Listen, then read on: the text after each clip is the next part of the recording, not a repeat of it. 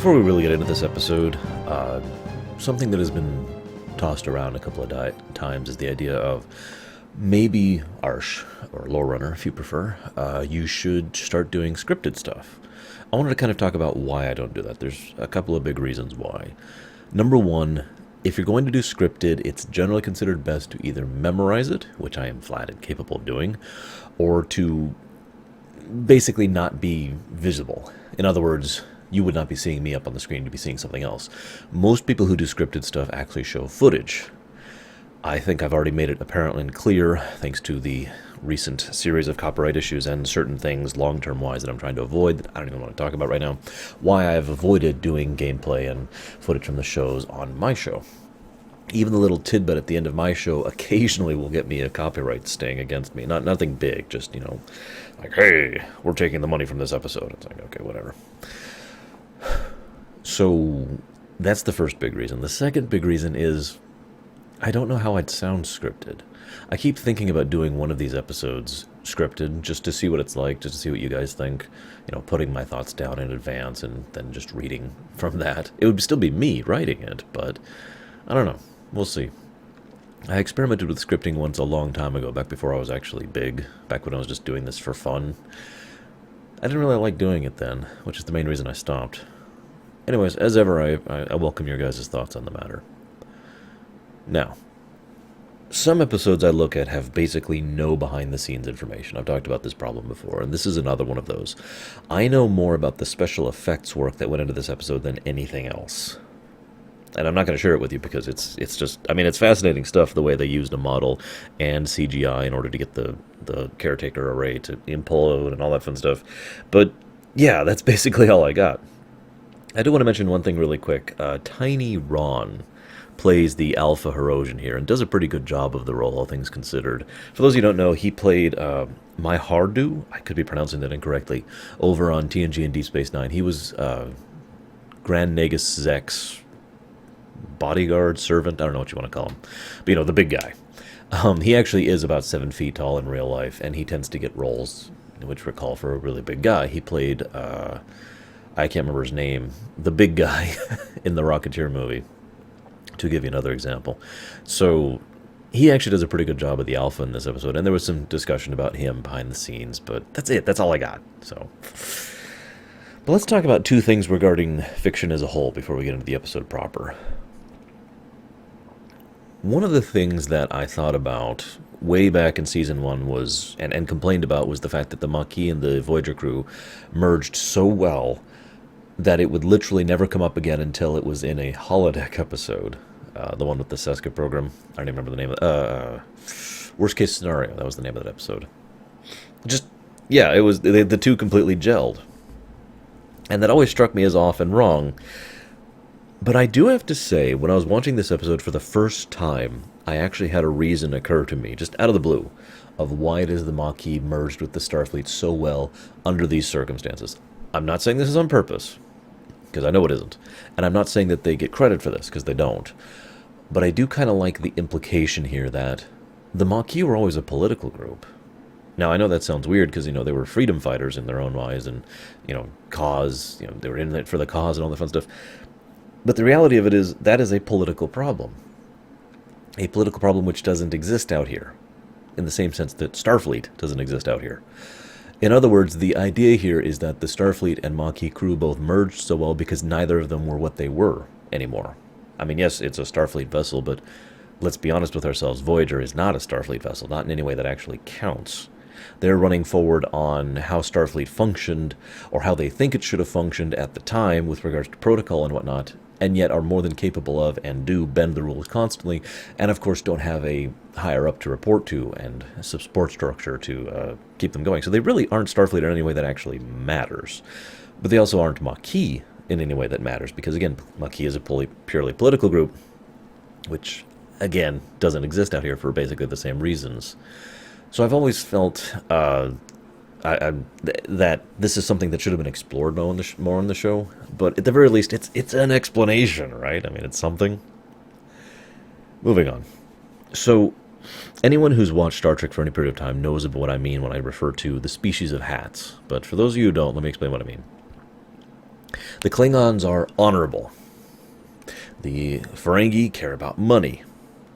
The I don't know, the Romulans are deceptive, and the Vulcans are logical, and the I can't think of the names all of a sudden. The Kazon are stupid, The Herosian are hunters. In other words, a lot of the species of the week and species in general in Star Trek tend to have a hat. All members of that species revolve around that hat. Arguably, the only two races that aren't defined by a hat are the Bajorans and the Cardassians, and all of that is because of Deep Space Nine. However, it's not just because of the quality of the Deep Space Nine show, although that has something to do with it as well. It's because of the fact that Deep Space Nine had chance to really flesh them out. For example, two of the examples I just gave are debatably not true. Romulan and Vulcan, both being them. Romulans sure tend to be deceptive, but they also have a strong sense of loyalty. They're very big on family. They have a huge sense of, for lack of a better term, gravity about their actions. A bit of self-importance, but also in some cases a degree of responsibility for what they do. There's a variety there. It's a species there. It's a culture. It's not just a hat. It's the same thing with the Vulcans. It's the same thing with any species that has actually had time to really be fleshed out in Star Trek. And yes, the Klingons count as well. Although a lot of that happened on DS9 as well. But I digress. The point being, the species of hats thing mostly applies to species that don't get much screen time or one-off things. You have one episode for a species, so here they are, 5 episodes or whatever. Now, there's no denying that this is a thing. But the question I'm bringing up right now is it a good thing or a bad thing? And I know that sounds weird, but let me explain what I mean by this. You have 45 minutes to do an entire episode and examine the culture of an entire species. Can you do an entire culture, or at the very least a glimpse of that culture, in 45 minutes while still having room for everything else? Now, the answer is yes, and I can point definitively to an example of this. Whose names I just forgot. It's the lizard people in Voyager. Oh my god, what are their names? What's their names? The episode Distant Origin. Voth. The Voth. We only got one episode of the Voth, ever. We never get anything else of the Voth except when Star Trek Online comes out. And yet that one episode shows us enough of their insight into their culture and into their people to show that they're not just a race of hats. They have variety. They have depth to them.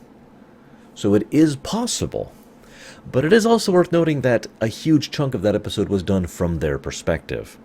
Or at the very least included them. I'd say like 90% of the footage of Distant Origin included the Voth people. And multiple Voth, for that matter, not just one, although some of it involved just the one scientist along with Chakotay. The point is, it is possible. But it's not something you want to do all the time because that is very taxing, and creatively taxing, and very difficult. Let me explain what I mean by creatively taxing.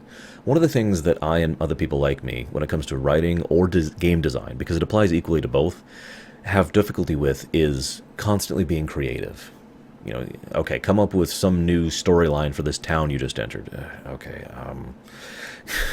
Let me think about this. And you want to do something good. You don't want to just crap something out, because you have standards. You have some degree of pride in your work, but it's like, you just get creatively sapped after a while. So imagine if you had to come up with a brand new culture, like 2 or 3 weeks out of 5, give or take.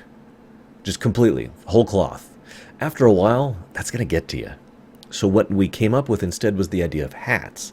There's a second reason for this too, and it's the difficulty thing. It is difficult to do what they did with the Voth. And again, they only really pulled it off, I think, because we got so much exposure to them from their perspective. The camera was with the Voth, not with the Voyager crew for the most of that episode. So, yeah, when it comes to coming up with a new species that we have to see for an episode, it makes more sense to be like, it's like a flash in the pan. It's a blink. It's a picture. Here, try to extrapolate from this picture, right? Now, the problem comes from a lot of writers decided to make that just their thing. To take what is... I'm trying to explain this properly, and I'm failing miserably. I'm really tired, forgive me. Creatively tired, too. They're trying to take something that is a unfortunate but acceptable negative aspect of writing a television show, something that we accept, but we don't like it, so we try our best anyways, and turning that into, we'll just live with it because we're lazy, basically, or we don't care, or we don't take pride in our work, or whatever. It's that fine line between the two that, from a distance, looks like it's the same position, but when you actually analyze the two, it's clear that one person at least tried, whereas the other person didn't. That's where the term Planet of Hats actually comes from the people who would literally just, instead of trying to come up with a species, they would come up with a phrase. And that phrase is the species. These people are blah, these people are blah, these people are blah. And nothing else was ever attempted to be done with them to try and show anything other than blah. That's the concept of the Planet of the Hats. Now, I mention this here because the Hirogen are one of the most severe Planet of Hats races I've seen in a while, which is funny because they get more than one episode of exposure. I think they get 6 total, not counting two-parters. I could be off on that. There's Mission to Bottle, Prey, Hunted, Killing Game 1, Killing Game 2, and then the two-parters way later. So it's 7 episodes total if we count the two-parters. I'm also not counting Sunkatsu, so I guess that pushes that up to 8. 8 episodes. That's actually pretty far, relatively speaking, for a one-off one-off race. Although it's worth noting that 2 of those episodes shouldn't count. I'll talk about that much later. So, are the Hirogen another species of hats? Well, yes. The hunt. Everything is about the hunt. But I'm going to give them a pass because of the Killing Game. Now, I'm not going to talk about that here, because we're not on that episode yet. But I'll talk about it there, why I feel like the Hirogen are not just another Planet of Hats, in my opinion. But here's the thing about the whole Planet of Hats thing. This is, I feel like, one of those no-win scenarios. Is it a good thing to do the Planet of Hats thing? No, absolutely. Is it a bad thing to do the Planet of Hats thing? Not necessarily. One of the things you can do with the concept of Planet of Hats is start with a phrase, like so many of these writers did, and then show tiny little details here and there showing that that phrase is not absolute, does not actually apply to all of them. A good example of this is actually the episode Random Thought, which we just covered. Our hat is, telepathic and we're all completely under control, nonviolent. And then, now, granted, they weren't subtle about this, but the hidden undercurrent of the idea that people would willingly engage in such violent thoughts on purpose, as a sort of an undermarket, if you will, that was fascinating and showed us just a tiny little insight into the way that culture works. It gave it just enough fleshing out so that even with our one little picture, we still get to think of them as being more than just the planet of we're all self-controlled kind of a thing. One of the things that was subtle in that, though, is that one of the people who engaged in that illicit activity was an old woman. I know this sounds weird, but her age, her gender doesn't matter, but her age really says something, that a person who is that old would be willing to engage in that kind of activity. That just opens up a Pandora's box of possibilities. For her species, for her family, for the culture of the planet, for the fact that someone who is that far along would be willing to engage in such an illicit activity. It says something. And you just leave that thread dangling. You don't have to ever follow up on that. You just let the audience look at that and examine that. It's just food for thought, basically. As ever, I welcome your guys' comments on the concept of the hats thing. Let's move on to the Hirogen.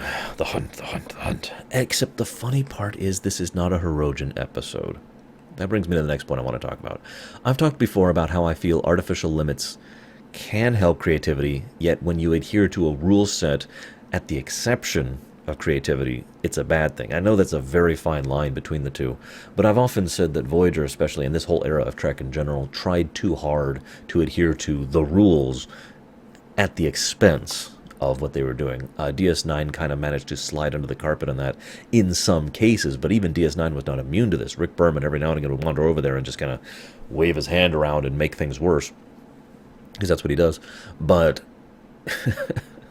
but in all honesty, one of the things I've spoken out against several times is the ship must be endangered. The A-plot and the B-plot concept. The A-plot of this episode is amazing. It's incredible.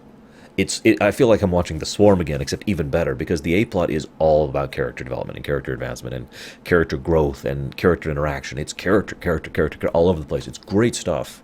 Well acted, well performed, well written, well directed. The B-plot is the Hirogen are here and we care about the prey and then we die. Now, I said that briefly, but I took a note here. The Hirogen show up before this, but the Hirogen do not become a threat to the crew until 29 minutes into a 43-minute episode. Think about this for a moment. This spot over here has to deal with the Hirogen. And actually, it's more like this spot because there's there's like a 5-minute coda at the end of this episode after the Hirogen are dealt with.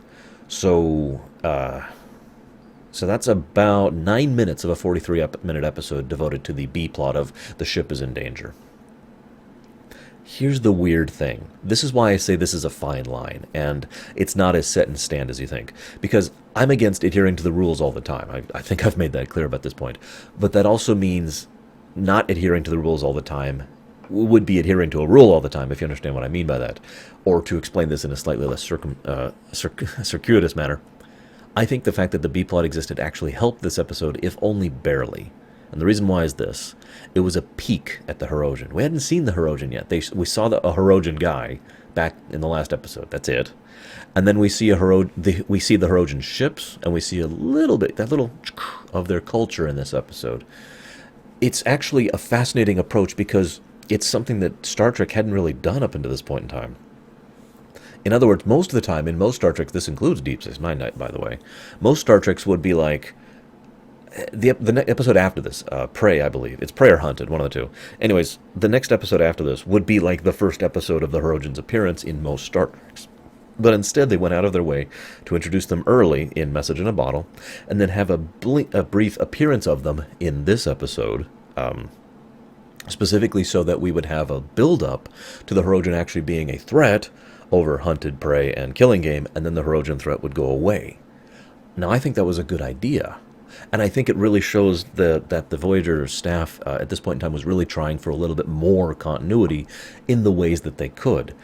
Because the Hirogen were done deliberately on this way, specifically for the purposes of showing continuity, showing progression, actually. They wanted a race that showed up, was a threat, and then left. Because that made sense. Voyager is still moving. It was a way to create that feeling of Voyager's progression back home without actually showing them on a map at the beginning of every episode, which was an option that was actually discussed, by the way, literally starting the episode with, and now we're here, and now we're here, and now we're here. But I like this idea better, showing an enemy show up and then having the enemy leave. That makes sense, right? Now, they didn't do much of this past the Hirogen. I'll talk about this more when we get through Season 5, and the Borg are going to become a lot more prevalent, unfortunately. But it was a good idea, so I give them props for that, even though ultimately it feels out of place in an episode that's literally all about characterization to have the Hirogen show up and be like, "Oh, we are the Hirogen," and then they get defeated inside of like 3 minutes. It was incredibly bad, but I digress. Let's go on. So, we get to see more of the goal-oriented 7 of 9, someone who is literally neglecting her own physical capacities in order to try and decipher these messages. This is a little tiny bit of a note that's going to be coming back up in the Killing Game, believe it or not. I know this note is later in my notes, but I like to jump around anyway, so screw you. But I'm kidding. I don't mean that. But later on in this episode, 7 has a discussion with Tuvok about trust. And Tuvok asks her a pointed question. Does the captain's opinion about you matter? Of all the people 7 is connected with, Janeway is obviously the strongest, and the one that, will eventually be the one that's actually fleshed out the most over the course of the next several episodes. Or seasons, I should say. And then she gets together with Chakotay out of nowhere. I'm not saying Janeway and her should have gotten together. I'm just saying that's dumb for her to get together with Chakotay, but I'm not going to get into that yet.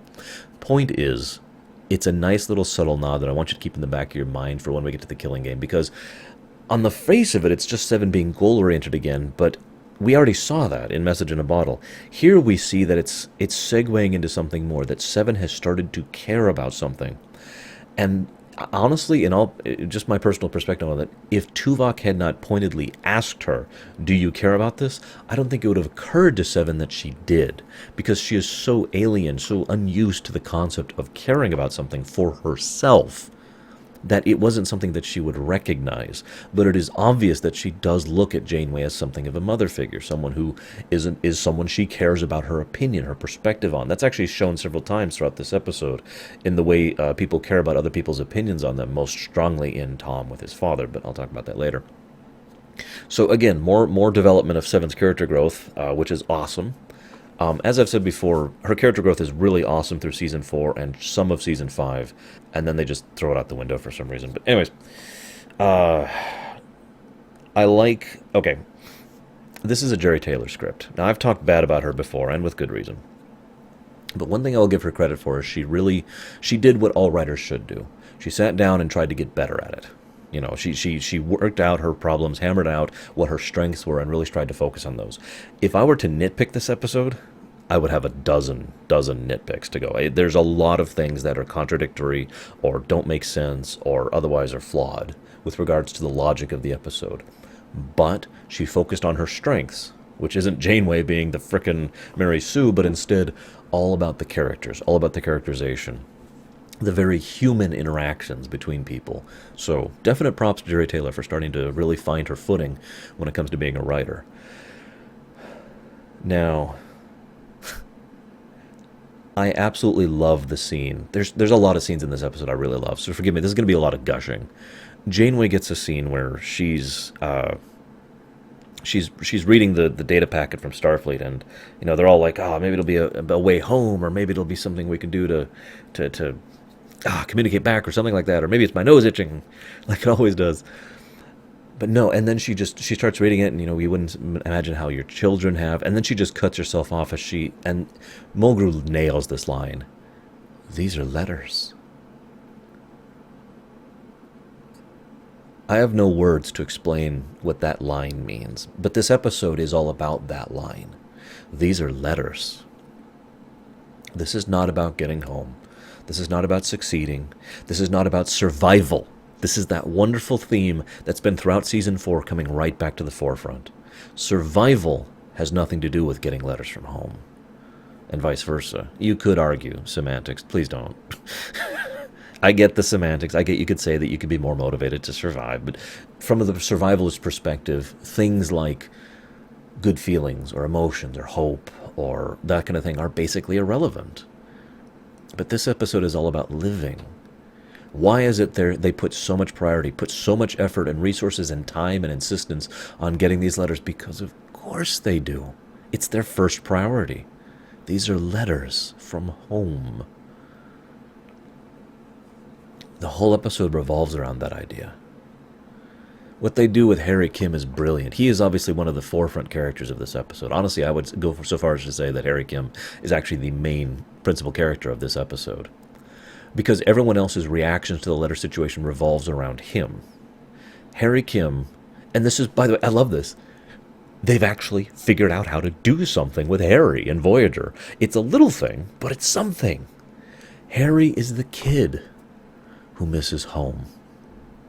And I know that's a little thing, but it is something, and it is integral to the way he acts in this entire episode, the way he functions, the way he reflects on other characters as they're all dealing with this letter situation. I love the incredible chemistry. Hang on, there's a note here. I want to go down to it. The cast. I talked about this all the way back in season 1. One of the reasons I feel that Voyager has succeeded so well is because the cast and crew had amazing chemistry together, even when they had a bad script, even when they had faulty direction, even when Rick Berman was waving his hands around, ruining everything. The cast helped to elevate it past the point of terrible. There's a scene where Janeway comes to the bridge, and there's just this literally palpable feeling of excitement and hope and camaraderie and family on the bridge. And it's like a 5-second scene. And Harry is like, did you get a letter, Janeway? And Janeway's like, yes, I'll be in my ready room, you know. And it's just so human. I love it. It's hard not to get caught up in the excitement of it because of how much they're demonstrating and showing it. Again, palpable. But yeah, Harry Kim, poor Harry, he does get his letter by the end of the episode. I do like that we don't see his letter, as weird as that sounds. I think that would have been unnecessary, because that's not the point.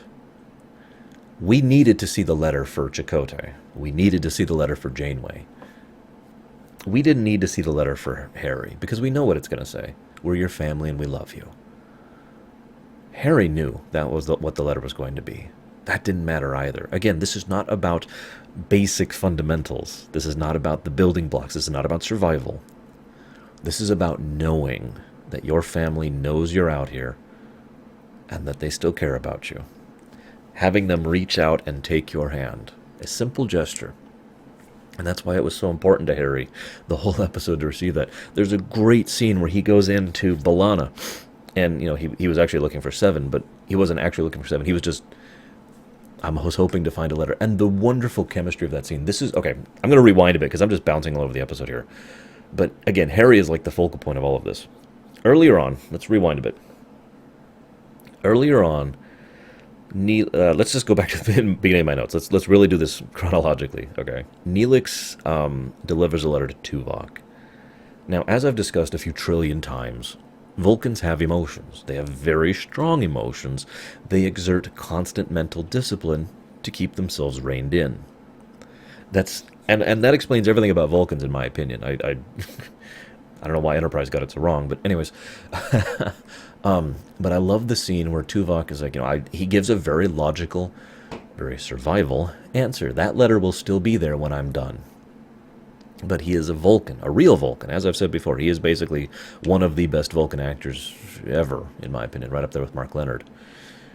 And so as soon as Neelix is gone, as soon as he doesn't have to keep that facade anymore, he puts the pad down, goes back to his work, hesitates, thinks about it, looks at the pad, and decides to go ahead and read it.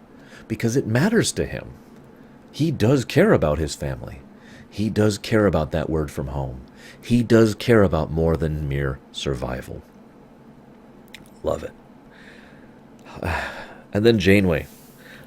This episode is one of the best directed episodes I've seen of them. I mean, I've mentioned great directing before, but there's a wonderful scene where Janeway goes and sits, and we see that it's from Mark. Now, that shot is important. It's the visual directing is perfect. She holds up the pad, and it's from Mark in huge letters. So it's obviously from her fiancé, who some of us remember from back in Season 1.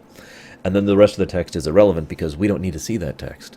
We see everything that message says in her expression. No dialogue, no nothing, just her expression as she's warm and soft, and you've got that hope and that giddiness, and then it just deflates slowly until there's just this coldness left on her expression. We know everything that letter said. We didn't need it to be explained to us. Her face told us everything it had to. And then Chakotay goes to Taurus with the letter that a lot of us were expecting, because some of us actually followed Star Trek canon as a whole thing, because we were invested in the story. I've talked about this before. This is what continuity really means. It means investment. It means consequences. Well, for those of you who don't remember, and this is kind of a spoiler, so I'm giving you a moment to, if you have not watched DS9, because this actually happened in DS9, this is your moment to pause here. The Maquis were extinguished in DS9 with only a handful of survivors.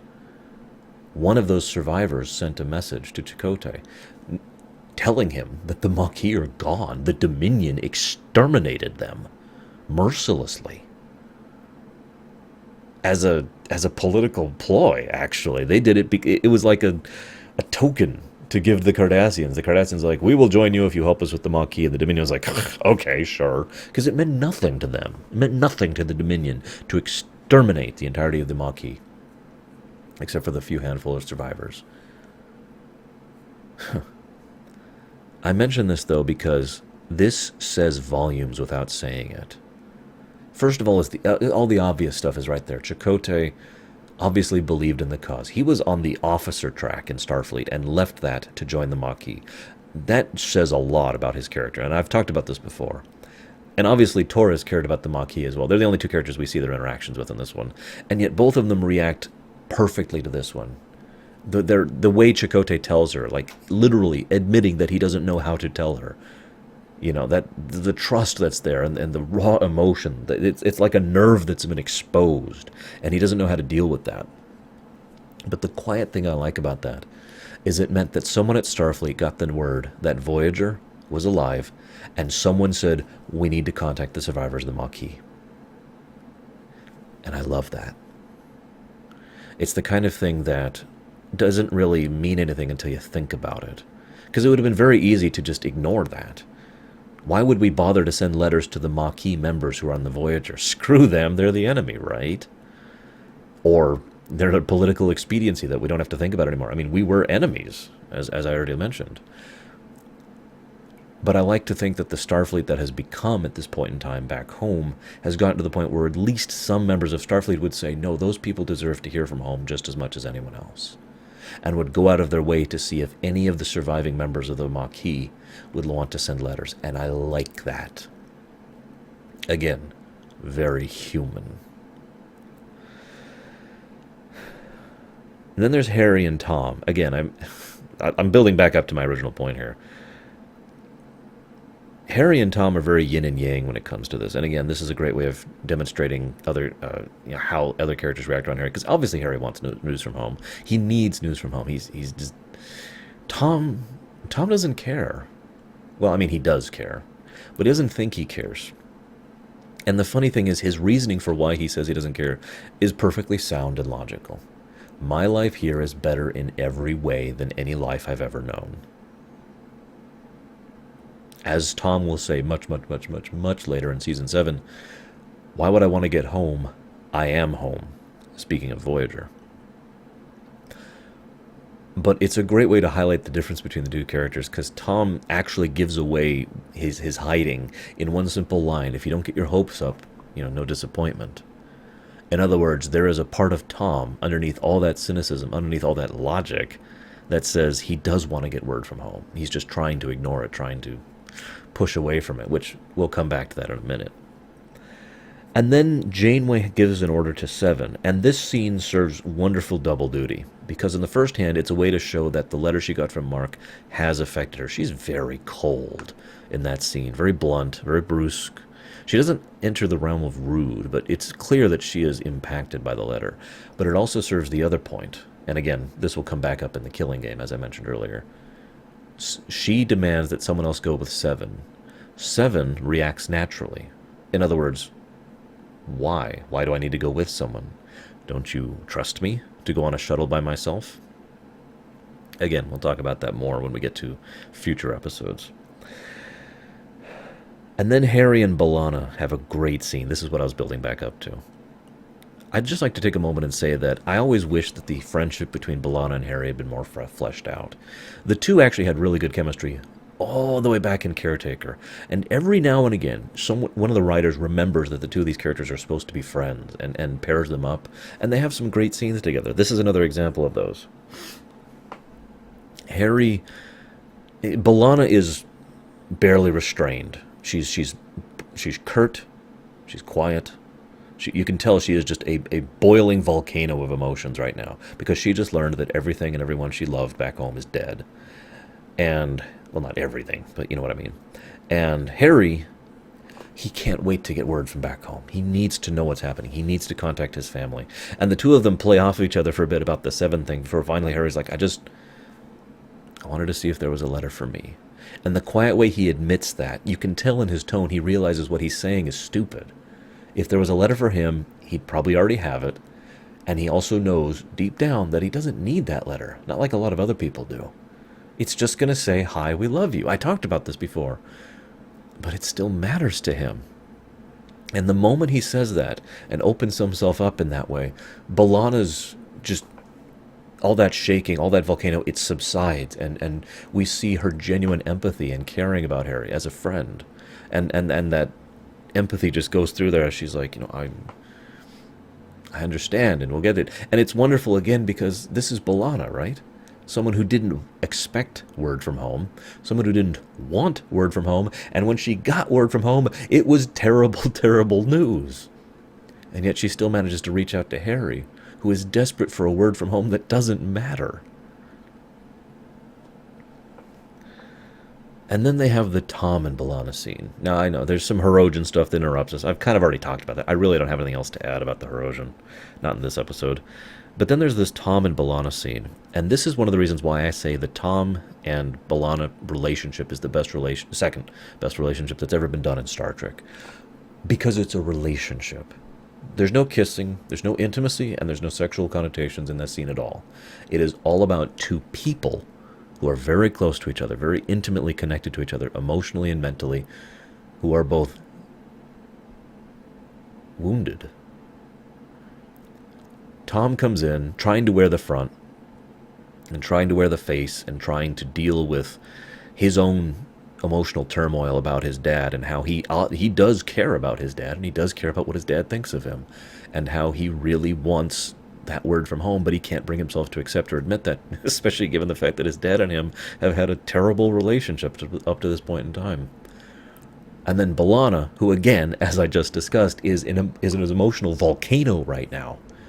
And both of them are just trying to keep that from each other until finally he admits the truth, which leads her to admit the truth.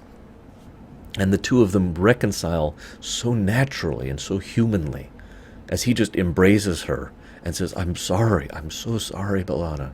And here I am talking about something that doesn't matter. I can't, it's my favorite scene of this whole episode. It's great. It's amazing. The chemistry is fantastic.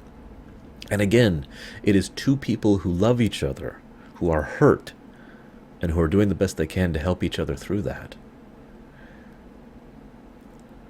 There's a line right towards the end. In fact, honestly, I've only got 2 more points at the end of this, so I'm just going to segue right into this. Tom didn't get his letter at the end of the episode. Harry did. But Tom didn't. And I like that. 2 reasons I like that. One, it allowed Tom to come to the truth and admission of the reality of the situation internally without having any external stimuli. He didn't have a letter from home. Maybe his father said, I love you. Maybe his father said, I miss you. Maybe his father said, you're a disgrace to Starfleet. Maybe his father was just cold or unable to really emote himself properly. It doesn't matter, because Tom was able to admit, regardless of what his father said, that he missed his father. He didn't say it in words, but he was able to admit it to himself. And leaving that thread dangling means that it can be brought back up later, and it will be. He will actually have an interaction with his father later, and that plot thread will pay off later. So that was good. The other thing I like about it is B'Elanna was able to fully reconcile the situation with Tom, because I think she sympathizes with him in more ways than one. She was just as much of an outcast back home as Tom was, actually arguably less of one, now that I think about it. But she understands the concept of not wanting a letter from home. And at the same time, we see just a tiny tidbit of B'Elanna being, for lack of a better term, envious of Tom. Envious of the fact that he has someone who can send a letter to him now. Final thought on the episode. They destroy the array. The whole array. The whole thing. Spanning half the galaxy. Only Voyager. Was that a good thing, yes or no? Debatable. I think it was a good thing, but not here. It was a necessary move. Leaving the array open would make it feel too normal too quickly. Getting letters from home should have an impact. Like I've talked about this whole thing, it should be a big deal. At least early on. It shouldn't become the norm until we've advanced a little bit further. This is a classic situation of where you don't want to write too quickly. You don't want to get to the good stuff, right? So chopping it off and leaving the viewers and the characters with just that taste of home leaves you wanting more, and being able to grow naturally and actually work for a real communication with home, which they will eventually do. The only thing is, I feel like they cut it off a little bit too soon. I would have probably done it next episode or next episode. Before the Killing Game, definitely. But not quite so soon, because it's literally, we've gotten touch with home, we've gotten some letters, and then chunk.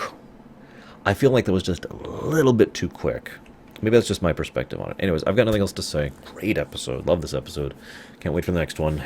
Well, we will talk more about the Herosian in a little bit more detail than just, they're there, and then they died. See you next time, guys.